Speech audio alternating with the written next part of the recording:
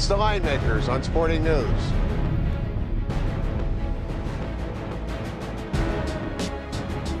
Tuesday night basketball game 4 from Indianapolis. Welcome to the Linemakers on Sporting News. I'm Micah Roberts with Rick Herron. Rick, we're looking at the Knicks down 2-1 in a series that they've just shot absolutely awful in. Is there any chance in game 4 that we see the Knicks rebound and at least cover the 5-point spread here? Well, Micah, they scored 71 points in game 3. I mean, come on. I mean, both teams only shot 35%. But, they're a better shooting team than that. Eventually, some of those shots have to start to fall, you would think. Melo went for 21. He's the only guy in double figures for the Knicks. J.R. Smith, 4 for 12, 9 points. He's now 11 out of 42 from the series,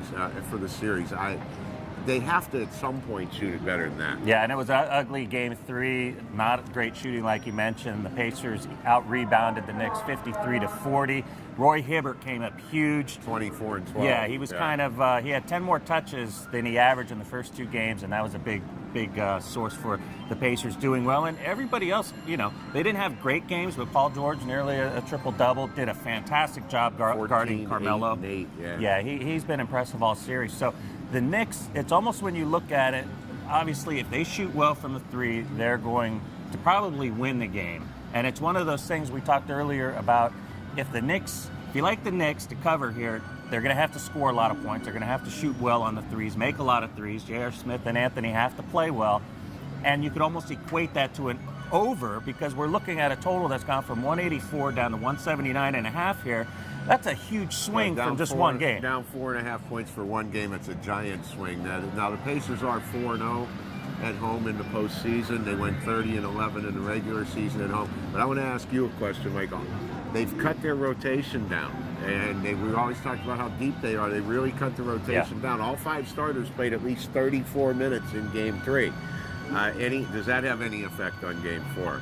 I don't think. I think they're going to just grind and try to play their same way, but it's up to the Knicks to try to force the tempo and change the lineup around and not let them dictate the pace that they want as far as their rotation. And you're right, they didn't have a lot of points. I think 8 or 9 points off the bench for the Pacers there, but there weren't a lot of points scored, period. So yeah, the thing about it is that the Pacers actually turned it over 17 times and still won easily by 11. They turned it That's over alarming. 20. They turned it over 21 times the game before that when they lost. All that being said, Mike, I just think that the Knicks they have to shoot it better than they have.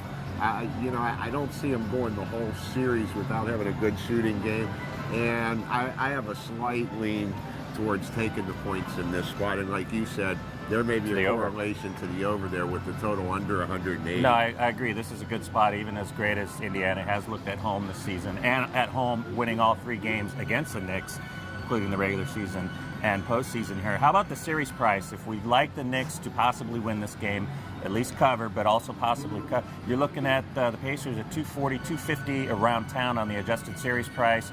If they win this game now, it becomes an intriguing price to maybe take game 6 and if they win this game, it's back to a pick'em series base. I mean, I like the Pacers to win the series. I don't think they have to win this game to win the series. I think they can still go get one in New York. I don't think that they get the next one in New York. But no, I can't take the Knicks plus 210. I still like the Pacers to win the series, but I'm leaning towards taking the plus 5 in game 4. And that's withstanding on Monday practice.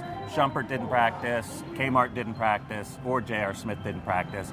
They're all expected to play Tuesday, but it's something to keep aware of. But as of now, we like the Knicks with a slight lean to the over. Thanks for watching.